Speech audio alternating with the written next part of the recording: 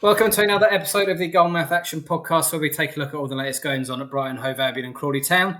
I'm Matt Pohl, and this week I'm joined by Brighton writer Derren Howard and Crawley Town expert Mark Dunford.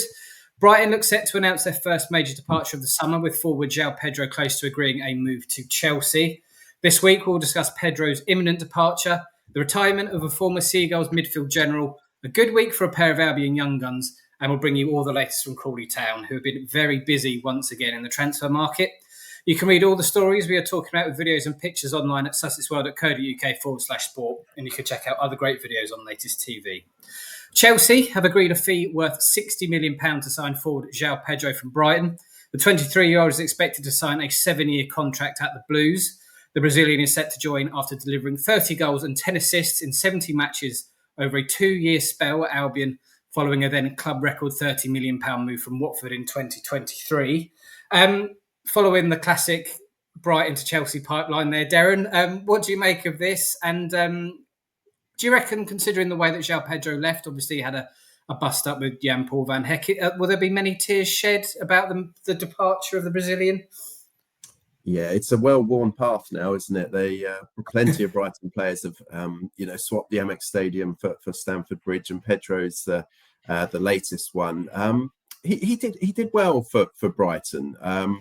He's a great player. Always felt he was a really good player, but always also on top of that, I felt there was another level that he could have gone to. I don't think he quite gave his best for Albion. I think they could have seen a better player, and maybe he'll go on to do that at Chelsea. I always just thought that there's a bit more to come from him, and I think when you think of the likes of some of the previous big money moves that have left Brighton, you look at the likes of McAllister, Caicedo and Cucurella. I don't think he ever Cucurella gets sort of some stick from Brighton fans, but he was outstanding in that one season he was at Brighton. I don't think Pedro ever sort of reached those type of levels. I think he's always just been a little bit underneath that, and I think probably the price reflects that. It's a good deal for Brighton. £60 million. They've doubled their money on a player that they bought for 2 seasons ago. So in terms of Brighton's model of spotting young talent, giving them a couple of seasons and then selling them on before they reach their peak years, he's ticked all the boxes in that respect. And I think he'll go on and do very well at Chelsea. He's a player with a lot of potential. He had that, as you say, he's got that edge to him. He was made he had an interesting season last year. Hazella really wanted to get the best out of him, and he was actually made captain for one of the games against Arsenal, which he scored in. And then he fell out of favour with Hazella. He had a needless red card against Brentford where he elbowed one of the Brentford players, and he has that in him. He plays on the edge sometimes. He's quite a physical player. He will go down easily, and he's one of those players that is quite good if he's on your team, but as a fan, he can be quite annoying. So, and then he, as you say, he had the bit of a bust up with Jan-Paul van Hecke in training and missed the last 2 games. And I think once he was left out of those 2 games, you knew he was going to be on his way. He favoured a London club. Newcastle were keen, but he wanted to be in London, and he's got the move that he wanted. So good luck to him, but a good price for Brighton. They got a good transfer fee for him. Yeah, absolutely. We've mentioned the Amex to Stamford Bridge pipeline. Joao Pedro looks likely to become the 5th high-profile Brighton player to move to Chelsea, with the Seagulls banking almost £280 million from the Blues since 2022. Derren, how remarkable is it that the Seagulls have managed to kick on since 2022? It's a completely different club now and kind of defy the usual trajectory of clubs losing players to the Big Six. And in that regard, how much of that is a testament to Albion owner Tony Bloom? It is, isn't it? Yeah. No, you're absolutely right. There's been other clubs who have tried this in the past and, continuously sell their best players. You saw it with Leicester. You saw it with Southampton, where they sell their best players and then they keep trying to, bring in the next wave of talent. And it only takes a few transfer windows for it to, a couple of bad signings, a few injuries, and it can all go pear-shaped. But Brighton have, as you say, they've really kept it going. They've been in the top half of the Premier League, despite selling all their best players. And as you say, more, almost 300 million has come from Chelsea to Brighton, and that's paid for the entire Amex Stadium. It's paid for the entire Lancing training ground, and probably some spare change for Tony Bloom to enjoy a nice holiday somewhere as well on the back of it. So I think Brighton have done superbly out of it, and it's important at the moment as well. It keeps them within the Premier League profitability and sustainability rules as well. So they've never had to worry about financial fair play, thanks to all the money that they've received from Chelsea. And importantly as well, it's enabled them to invest in their squad as well. They spent 200 million last summer. Some of those didn't really produce as much as they wanted to last season. So this season could be a big a year for the likes of Kadioglu, who had a poor season last season. Matt O'Reilly, it's interesting to see if he stays and plays again next season. So yeah, and then I've also spent 70 million this summer as well. So the money keeps coming in, and they invest it. So far, they've invested it very well. They have indeed. Yeah. Meanwhile, former Brighton midfielder Adam Lallana has announced his retirement from football. The 37-year-old made 569 appearances throughout his career, with 104 of them coming with the Seagulls. Sad to see him retire, wasn't it, Derren? But he was a brilliant servant to Albion, wasn't he? He was, yeah. Unfortunately for Brighton, they never saw him at his peak. He arrived late in his career on a free transfer from Liverpool, but it was a very important time for Brighton. It was under Graham Potter, and they were making the transition from the style of play from Chris Hughton until what we've seen to evolve into what Brighton have become since Potter. So he helped Graham Potter a lot when he came in. He helped to set the standards and helped that transition, which you've seen other clubs do, where they just about survive the first 2 seasons. They try and kick on and play a more entertaining brand of football, and it can all go wrong. But Lallana was quite important in that role, with helping Graham Potter to establish themselves in the Premier League, and his experience and his contributions on the pitch as well really helped them. And I think he's been key. He also had a good spell under De Zerbi as well. They really worked well together. Lallana's spoken a lot about how they used to speak and swap ideas about football, and it was a shame really that there wasn't, that they didn't have he wasn't at his peak when De Zerbi was there. You sort of think peak Lallana and De Zerbi working together would have been a great combination on the pitch. But yeah, he had a good time at Brighton. He's now at Southampton. Has taken up a coaching role there, and I think he'll be an excellent coach as well. So I think he'll still be in the game and have a successful coaching career as well. Absolutely. Meanwhile, James Beadle and Jack Hinchwood helped England under-21s win the UEFA under-21s Euros on Saturday night, defeating Germany 3-2 in the final. Brian Gruder started for the beaten Germans, with England going 2-0 up before being pegged back 2-2. 90 minutes couldn't separate the teams, but an early goal in extra time restored England's lead, one that would help them see out to win the tournament for the second time in a row. Great moment for Beadle and Hinchwood, obviously. Derren, how did those two, along with Gruder, perform not just in the final, but throughout the tournament as a whole? Yeah, I think all three players would have learned, so much from that. The experience that they had, especially for Hinchwood and Beadle, that they'll come back for next season sort of brimming with confidence, and I think it's going to be really beneficial for their, for not their short-term future, but for their long-term careers as well. To be in an environment like that, where the pressure's on to deliver, and to do it in such a composed way that they played throughout the tournament, I think was excellent. Beadle's just confirmed, it came through this morning that his late last night, that his loan to Birmingham was confirmed for next season. So he'll be pushing to start in the Championship next season. He's never actually played for Brighton. He's been on loan to Oxford, Sheffield Wednesday. Twice he was on loan at Sheffield Wednesday, but he hasn't actually made a first team appearance for Brighton. His path is currently blocked by Bart Verbruggen and Jason Steele, who's providing the backup. But you kind of think there's always been a few rumours around Bart Verbruggen. Bayern Munich have been, listed with interests, and you think that Beadle could be a long-term successor to Bart Verbruggen. But he'll be out on loan for another season at Birmingham.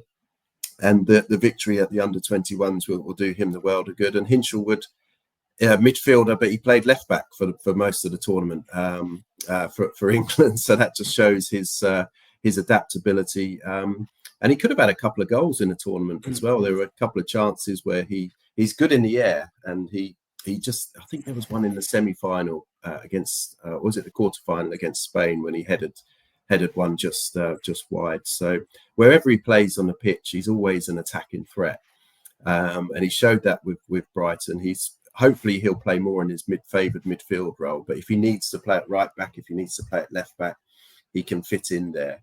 And he's just like a little Pascal Gross, really. They got rid of Pascal Gross, and then James Milner, Hinshelwood has come in to fill the void. So yeah, good luck to him. And Brian Gruder, he had a fairly decent tournament, and I think getting to the final as well will help him. He finished last season strongly for Brighton, and he's another one of those players that I mentioned that was part of that 200 million spend. Never really got going at Brighton last season, had a strong finish, and hopefully he can then come into this season fresh and ready to go. Transfer season is in full swing, as Crawley Town will demonstrate a little bit later on in the podcast. But a lot of gossip is whirling around the Amex at the moment. Liverpool midfielder and England under-21 star Harvey Elliott has been linked with a move to the Seagulls, while Albion's Matt O'Reilly has been rumoured to be on Napoli's radar. What do you make of these rumours, Derren? Any credence to them? And outside of these two, are there any other moves that we should potentially look out for as the summer progresses? Yeah, Harvey Elliott, I can't see it, to be honest. I think it would be great if Brighton could work a deal for him. There's talk that Liverpool wants a buyback clause as well as part of any package that they have to sell him, and I don't think that would suit Brighton. If they buy young players, they wouldn't. There's talk of a 40 million transfer fee and then a buyback clause for 50. And Brighton like to double their money basically on their players. So yeah, so I don't think it could work. He wants Champions League football as well, from what we're hearing. Brighton aren't in that position, so I would be surprised if it would be great if it did. It would be a super signing for Brighton. You know, he's proved for Liverpool and then in the tournament that he's a great player, but it's one I can't really see happening. There's talk of a right back coming in, Wesley Franca from Flamengo. Brighton apparently bid 20 million for him. That's an area of the pitch I can see Brighton certainly looking to strengthen their fullback positions, particularly as well if Pervis Estupiñán, he's rumoured to be on the move this summer, with Manchester United very keen on him. So I think if Estupiñán goes, it will leave Brighton quite short in the fullback areas. So that's an area they look to strengthen. But in terms of incoming, I don't think there's going to be a great deal more. Tony Bloom said as much recently. But outgoings, yes, Napoli bid 25 million for Matt O'Reilly. And that's one to keep an eye on. He sort of had a few complaints last season that he was playing out of position. He didn't really play all the time. He was far from a regular. And Napoli, Atalanta, Roma and Everton have all been credited with interest as well. So that's one to look out for. And Igor Julio as well. I think he'll be on his way this summer as well. Wolves are apparently keen, but Real Sociedad seem to be the favourites at the moment. And keep an eye out. There's also Julio Enciso and Facundo Boniote and Evan Ferguson. Those three. It'd be interesting to see what happens to those as well this summer. Shaping up to be a very busy summer at the MX. And finally, Brighton have released their away kit. Derren, describe it to us, and what do you make of it? It's purple. It's purple, and it has a Nike tick in the middle, which seems to have been getting a lot of people very excited. We did, as predicted by Mark in yesterday's special edition of our podcast, a purple kit. Is that one that's going to be in your wardrobe, Mark? Or? Yeah, well, I kind of like it. I don't know if I like the two-tone purple. I'd like to see a good, nice, bold, bright purple all over. But yeah, the Nike tick in the centre of the shirt. Wow, what a revolution! Revelation. I don't know what the word is. Innovation. Everything. Yeah. Everything. Yeah, absolutely. Do we know how much they're Do we know how much they're flogging it for, so I can pull a I disgusting don't, to be honest. They're opening their new mega club shop at the Amex. I think actually it's tonight. Fabian Herzl is going to be there tonight. I'm not sure if I should have revealed that actually, but I think Fabian Herzl I've said it now, so I think he's going to be there tonight. And so we're hoping to have a quick chat with him as well. So we might be able to get a few updates on some transfer news as well. So. Excellent stuff. Well, if fans can't speak to Fabian Herzl, they can always talk to Derren, which I think is will soften the blow somewhat. So there you go. We will now move on to Crawley Town, and as we mentioned, the Reds have been very active in the transfer market once again this week. The biggest news since the last podcast is the sensational return of Jay Williams, the midfielder who was part of the Reds playoff winning team in 2023-24. Joins on a permanent transfer from MK Dons for an undisclosed fee. Safe to say that not many of us were expecting this, Mark. What do you make of the signing, and what was the fans' reaction to the news? Yeah, it was a big surprise, but at the same time, when you look at it, it's not a surprise. I remember speaking to Jay at a training session, and he it was when he wasn't playing under Rob Elliott before, and then when the rumours had come out about him going to MK Dons and that, and he sort of said to me, "It's no secret, I'm a Scott Lindsay man." So when you look into that, you just think, I think from now on, for the rest of their careers, wherever Scott Lindsay is, Jay Williams will be. I think he's quite a character, Jay Williams. Anyone who's seen him play on the pitch, he's a hard man, to say the least, and he's quite an intimidating bloke to be around, to be honest. So he's a good player to have, and I think Scott Lindsay probably is the only manager who can manage him. Maybe, I don't know. That's what I read into it. But Jay Williams, Scott Lindsay loves Jay Williams, and vice versa. And he'd be a really good asset again. They won promotion last time they were together, so why can't they do that again? He is Scott Lindsay's general, along with Dion Conroy, who we're going to come on to later. Those two sort of players, with because Bradley Ibrahim sort of stepped into that role last year, Jay Williams when he left, and Bradley Ibrahim was great. But yes, he's good to have that pivot back, someone reliable. I mean, looking at the reaction, fans are delighted. Some people were saying he was the best player during the promotion season. Great to have him back. What a leader to have in the team. So as long as he can temper his performances, sometimes he goes a little bit over the top. And Scott Lindsay has referenced that before. If that can be managed, he's going to be a real key player for Scott Lindsay this year. And good to see him back. And he did an interview when he came back, and he said it feels like home. But I think it might be the first interview Jay Williams has ever done at Crawley Town, because we never got to speak to him after a game or anything. So which was interesting. We requested him a few times, but it never came to light. So hopefully we'll see a bit more of him and get him to speak to us a bit more as well this year. Absolutely. Crawley Town also this week announced the signing of forward Kabongo Shimanga on a 2-year contract following his release from League One side Peterborough United. A proven goal scorer with the likes of Boreham Wood and Chesterfield, Shimanga links up with the Reds after an equally impressive loan spell with Swindon Town last season, where he scored 13 goals. Scott Lindsay's gone striker mad, Mark. What do you make about the Reds signing another striker? And I think it's 3 in now this summer, isn't it? What do you envision the forward pecking order to be now, unless he plans on playing all 3 strikers at once, which Kevin Keegan-esque, I think, will describe it. Well, he likes to play the one up top with a 10, and then you got the 2 attacking midfielder, the 2 attacking sort of wing-back wingers. And look, I watched a highlights package of Shimanga last night, and it looked like he could be someone who is flexible, can play a bit wide, cutting back in, or he can play up top on his own. So, it's very interesting, because last year, the attacking option, you had Will Swan, Rashaan Hepburn-Murphy, and a few players, Ronan Darcy, sort of in that attacking midfielder role, and you've got Harry Forster and all that. But this year, it looks like they've gone heavy up top with...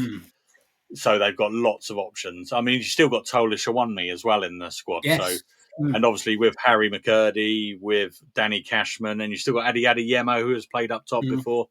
So the options are there, but I think you'd be looking at Harry McCurdy as sort of the first choice as the striker up top. Then Danny Cashman will probably be more of a number 10 kind of role, or can play out in one of those wide roles along with Shamanga. So I imagine it'll be, McCurdy will be the top choice. And then he has got options, and it's going to be really interesting how he uses all those attacking. We know Scott Lindsay loves his attacking football. He loves pressing high. So it wouldn't surprise me if you saw Harry McCurdy, Shamanga, Cashman all starting at some point, and it will be a very exciting lineup to watch, I think. So, but the obviously they're out in Spain at the moment. They start their pre-season next week with Three Bridges and East Grinstead on Tuesday and then Saturday. So that's going to be interesting, and we'll probably get an inkling of how he's going to utilise those players. And it is genuinely exciting to watch, more exciting than it was last year when you thought, how's this going to work? So, but yeah, no, good, exciting times to be a Crawley fan. There's some reasons to get excited, and they keep banging on about hopefully getting Danilo Orsi and Liam Kelly back. And if Danilo Orsi comes back, that throws everything up in the air, doesn't it? So, yeah, interesting. Going to win every game 6-5 next season. It'll be very exciting. Meanwhile, another one of Scott Lindsay Generals, as Mark said, club captain Dion Conroy has committed his future to the club. The former Chelsea and Swindon defender has signed a new 2-year contract with the club. Definitely more good news for the club, isn't it, Mark? How good will it be to have Crawley on board for the next couple of seasons? Yeah, it'd be. Yeah, he's key to Scott Lindsay's plans. He plays in the centre of the back three. The rest of the defenders they've got are all quite young. If you look at Josh Flint, Charlie Barker, Ben Radcliffe, all quite young. Played really well last year, but all still relatively inexperienced. So to have Conroy in the middle of that, obviously the major issue with Conroy is his injury record. He's missed big chunks of the last couple of seasons. So it'll be great if he stays fit. He is going to be absolutely key. He's club captain.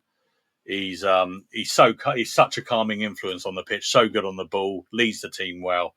With Williams just in front of him, if those two stay fit and are playing all the time, it can only mean good things for Crawley. And yeah, Scott Lindsay is a huge fan. He was captain at Swindon when he was there, made him club captain. It didn't. It was Ben Gladwin straight away, wasn't it? But as soon as Gladwin stopped playing, Conroy was the obvious choice to take over as captain. So, really good news for Crawley. And yeah, at the moment, all the signs, I know we're going to come on to someone coming back as well, but all the signs are pointing to a really, really positive season so far. Yeah, fingers crossed. But it's not all been incomings at the Broadfield Stadium. Striker Will Swan has left the Reds to join Bradford City on a permanent transfer for an undisclosed fee. Obviously, with all the signings that they're bringing in the strikers, probably not too much of a surprise that Will Swan left, Mark. But what did you make of Swan's solitary season at Crawley? And is it much of a big blow considering the amount of attacking reinforcements Scott Lindsay has brought in this summer? I don't think so. I think it was obvious he was going to go, especially when you saw the signings Crawley were making. It was a funny one this season because he came in right at the end of the August transfer window. From Mansfield, I think it was. And by all accounts, you hear different things than that, but a big draw for him was Scott Lindsay. And within a week of him signing, I think Scott Lindsay left, or a couple of weeks of him signing, Scott Lindsay left. So he never looked overly happy. I don't know if that was just his demeanour, but he was messed around under Rob Elliott. He was not messed about, but used as a man up top, the centre forward. He was used out on the left. He was used out on the right. And he never really settled in. He had a couple of really good games. We'll remember his goal against Wickham at the Broadfield Stadium with the outside of his foot. Fantastic strike. It was a contender for goal of the season. And he had a really good link up with Shawunmi, actually. There was a period over Christmas where they assisted each other scoring goals and that, especially at Exeter, I think. They scored 3 between them and assisted each other for each of the goals and that as well. So, he's on his day. He looked like he could be a world beater. He's got so much energy, presses high. Surprised he's gone to a League One club after one season. A team that are looking to do quite well as well. Speaking to Simon Parker, a journalist up in who covers Bradford City, and he said the fan reaction has been like, "Why are we signing someone who got relegated who didn't do that well for Crawley last year?" sort of thing. But on his day, I think he is probably a League One player if he can keep that up the whole time. But I imagine it, because he was playing in so many different positions, it was difficult to get consistency. So I don't think Crawley ever really saw the best of him. Tomat is on the pitch, and last week Crawley Town discovered who they will meet in the first round of this season's Carabao Cup. All very exciting. Who will the Reds meet, Mark? And what has the reaction been to this thrilling draw? Yeah, so it's Swansea City away. It's being played on the week commencing August the 11th. A couple of people seemed really excited about it. Crawley have only ever played them once before, and that was when they were a Premier League side, Swansea. And when was it? It was the 2012 in the third round of the League Cup. And if we all remember Michu, that one season wonder, he scored that day. So, Gary Monk also scored that day, believe it or not. So that was on. They lost 3-2. Josh Simpson and Hope Akpan scored for Crawley that day. So that was the only game. People seem to be really excited about going. I suppose it's going to a really good stadium. But there's a few people who said, okay, we'll concentrate on the FA Cup this year then, because it's not a game anyone's expecting Crawley to go and win. But Crawley have had some good results in the Carabao Cup. Am I excited about it? Not really. It's a good fixture if for a ground that Crawley fans have never been to before to go and watch. And that. So we obviously know Horsham went there, didn't they, in FA Cup a few years back? Carabao Cup. It's a good, if you can get through the first couple of rounds, it gets exciting. But getting a champion, or are they championship still? I assume they are. Yes, I believe so. Sorry, research boy. I didn't know if they got relegated last year. But going to a championship club away in the first round is never an exciting or easy draw. No, absolutely not. And finally, the Reds have been put through their paces by Scott Lindsay in the sweltering Spanish heat this week. Has there been any notable takeaways from this Spanish jaunt, Mark? And am I right in thinking they're playing Hearts at some point during this little tour of Spain? Yeah, I think it's tomorrow. I think they're playing Hearts. My biggest takeaway is it looks damn hot. But we've had the heat here. They could have done warm weather training here, couldn't they? And Scott Lindsay's form with a golf club doesn't look particularly great from the photos I've seen. No offence, Scott, but it's Charlie Barker looked like he was celebrating on the golf day, so maybe he was the winner of that. Footballers love a bit of golf, don't they? But Scott Lindsay said before they went, it's a real chance for them to get some really good work in early and use it for a lot of bonding, really, because again, there's quite a few new players as we've seen come in. We've talked about. So it's a good chance for them to get in. But the big news to come out of it, and somebody was quite eagle-eyed early on a video. I think Adi Adeyemo was running past the screen, but in the background was Jamie Day.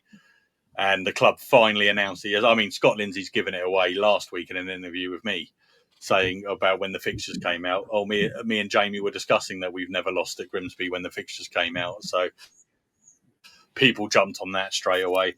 But it was finally announced this week. I asked Scott straight away when he came back from MK Dons, is Jamie coming back with you? And he said, well, he's still contracted with MK Dons, but if he's available, he'll be here. So it's no surprise he's come back. It's a really good move. It's interesting how it's going to work with Neil Smith, the other assistant manager. But they are both assistant managers, so I assume, they will work well. They're both very good coaches. But Scott Lindsay said Jamie Day's my right-hand man. He always has been. So wherever he goes, Jamie Day goes. So it's just now whether we see the likes of Liam Kelly, Danilo Orsi coming back. The band getting back together. So I think the Scott Lindsay said to me the Hearts match, although it's playing against a good club, it's only going to be like a train. It's just trying a few things. It'll be a training match, as it were, more than a friendly. I think next week is when we start to see trialists, the sort of formation Scott's going to be playing, etc., and start getting an indication of what his lineup will be. Before has there been any talk about Kamari Doyle at all going back to Crawley? I was just interested from from Brighton's point of view, it's not clear where he's going to go next season as yet. There has been no chat about him at all. At the end of last season, And when he went on that amazing scoring streak and scored some really important goals. Crawley put out that tweet saying, "How much do you want for him?" Kind of thing, and all that. But I'd be surprised if he goes to a League Two club because he's that good. He should be aiming lower half Championship, top half League One sort of player to get that more experience. So I think he's probably a little bit out of Crawley's price range. But if he's still at Brighton and they're looking for a loan. I think that's the plan for him to loan him next season. So but as yet he's just been quiet. Scott Lindsay would take him in a second if he could, I think. But I think he'll be sort of competing at the top of League One or helping a Championship club battle relegation, I would have thought. Absolutely, he'd be incredible in League Two, wouldn't he? So fingers crossed he returns. He'd tear it up. Yeah, absolutely tear it up. Another level. I think we're going to wrap it up there. Any other business that we've not mentioned? Do you want any few words for Shots TV in memoriam? No, I don't think so. It was nice not having to have that. And we're coming back in a second, and then literally in a second we're coming back. So, no, that was yes, no, but there you go. No, I don't think there is any other business. Looking forward to watching Crawley again. Free Bridges on Tuesday night. So see all that on Sussex World. Yeah, absolutely. And before you know it, the league season will have started again. It's as if it's never finished, really, isn't it? It's always non-stop. Well, brilliant. Thank you very much for joining this chat. So you can catch up with all the latest sports news covering everything we've talked about today at sussexworld.co.uk/sport. And you can watch more excellent videos on Latest TV. Thank you very much for listening and watching, and we will see you all next week.